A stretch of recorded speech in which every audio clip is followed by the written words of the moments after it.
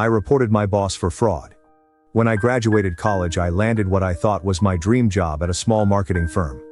The boss, Mr. Daniels, was charming and persuasive. He told me he saw potential in me and that I'd be climbing the ladder in no time. As someone fresh out of school, I was thrilled. For the first few months, everything seemed fine. I worked late hours, took on extra assignments, and impressed clients. Mr. Daniels would occasionally compliment me in front of the team, saying I was his star employee. It felt great, until I started noticing discrepancies in client accounts. One day, while organizing invoices, I realized that payments from a major client didn't match the records we had sent them. At first I thought it was just an error, but when I brought it up to Mr. Daniels, he waved me off. "Don't worry about it," he said with a smile. "It's just a glitch in the system." But the glitches kept happening.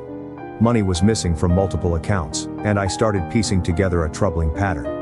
It seemed like Mr. Daniels was funneling client payments into a separate account. I decided to confront him again, but this time, he wasn't so charming. He leaned in close and said, "I suggest you stay in your lane if you want to keep this job." I was terrified but couldn't let it go. I started quietly gathering evidence, screenshots, emails, anything I could find.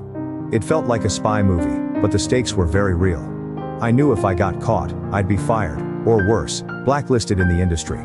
When I had enough proof, I went to the company's HR department, but they brushed me off, saying Mr. Daniels was well respected, and that I shouldn't make accusations without solid proof.